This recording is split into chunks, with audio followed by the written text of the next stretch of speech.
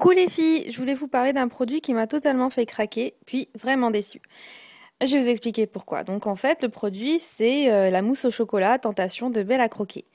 Tout d'abord, j'ai vu plusieurs blogueuses, plusieurs youtubeuses en parler, et c'était vraiment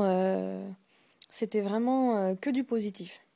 Donc finalement, ça m'a poussée à l'acheter. Déjà que j'avais craqué, j'en avais vraiment envie, ça faisait mousse au chocolat, donc en fait c'est fait exprès, hein. Mais bon, ça nous tente. Donc en fait, ça se présente sous un pot de 200 millilitres et ça coûte 11,95 €. Donc moi, je vais vous présenter, je vais vous dire ce que j'en pense.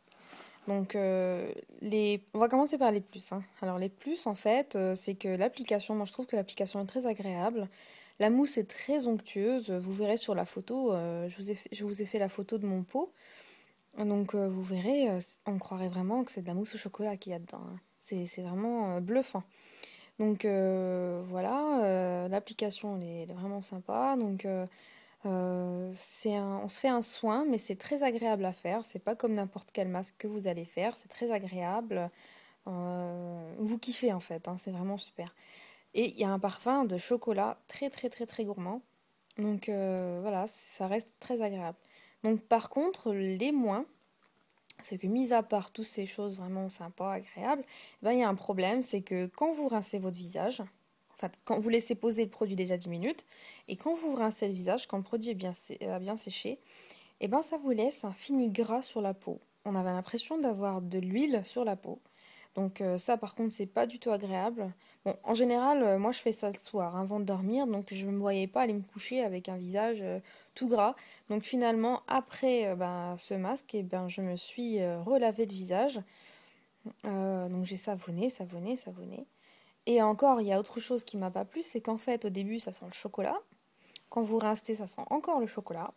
Mais après, ça commence à virer vers une sorte d'odeur chimique. Bref, c'est pas du tout agréable. Donc en fait, je voulais vous faire cette revue déjà pour vous dire de ne pas l'acheter. Pour celles qui l'ont eu dans la Bitrousse, de toute façon c'est pas grave. À ce moment-là, donc elles ont pas pris, elles ont sûrement pas payé plein pot parce que Bitrousse on a toujours des réductions. Par contre là, 11,95 € dans un produit qui vous laisse la peau grasse au lieu de, enfin, qui se dit hydratant mais qui laisse la peau grasse. Surtout quand on a la peau mixte. Moi perso j'ai la peau mixte, ça doit être encore pire pour celles qui ont déjà la peau grasse.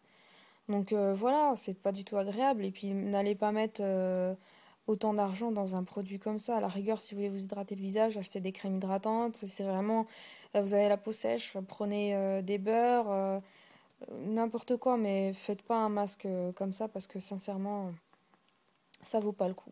Donc voilà, moi j'ai partagé avec vous mon avis sur ce produit. J'espère que la revue vous aura plu et que j'espère que vous n'allez pas l'acheter.